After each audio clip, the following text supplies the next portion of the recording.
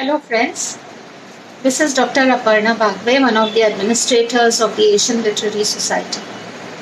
On the occasion of BHAASHA, an event that celebrates Assamese literature, I am very glad to bring before you two poems written by the very famous Assamese poet Padma Shri Neelamani Phukkan.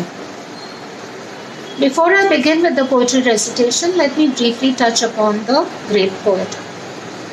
Neelamani Phukkan is an Indian poet who writes in the Assamese language. He is considered to be Assam's most distinguished living poet. Born in the village Dergaon in 1933, he started writing poetry in the early 1950s.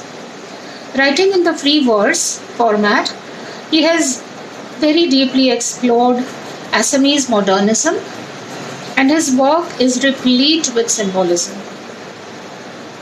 Having joined the Arya Vidyapeeth College in Guwahati as a lecturer in 1964, he worked there as an academician until his retirement in 1992. Prominent among his writings are Kobita and Gulabi Jamor Lagana. He has written 13 volumes of poetry and has won 10 regional and national awards, including the Sahitya Academy Award for Poetry in 1981 and the Padma Shri from the Government of India in 1990. I am going to read two poems written by him. These have been translated by Shri Niren Thakuria. The first poem that I am going to read is titled Mating Music.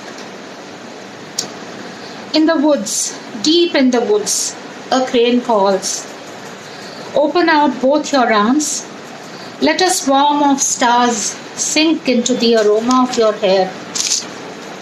In the pond teeming with lotuses, the wind soughs deep inside your body, opens a red bud. The rain pours down the opening palm frond. The blood of your breasts rushes to your lips. Now you are awake. The face of darkness glows. The clouds rumble over the hill. The second poem that I am going to read out is called Poetry is for Those Who Couldn't Read.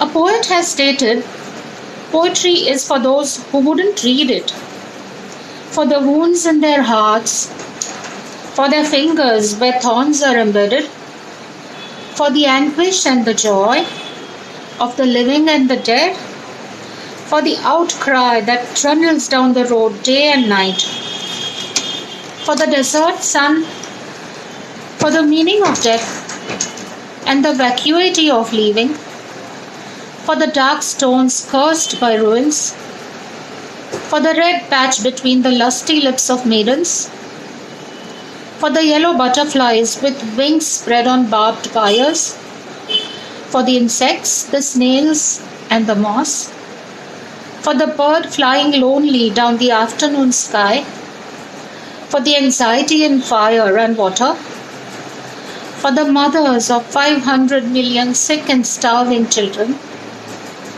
for the fear of the moon turning red as blood, for each stilled moment, for the world that keeps turning, for one kiss from you, that man of dust will become dust again, for that old saying. Something about his poems touches something deep within you. I liked it because I too am very much in touch with nature, as some of you know. I hope you too like these poems. Thank you.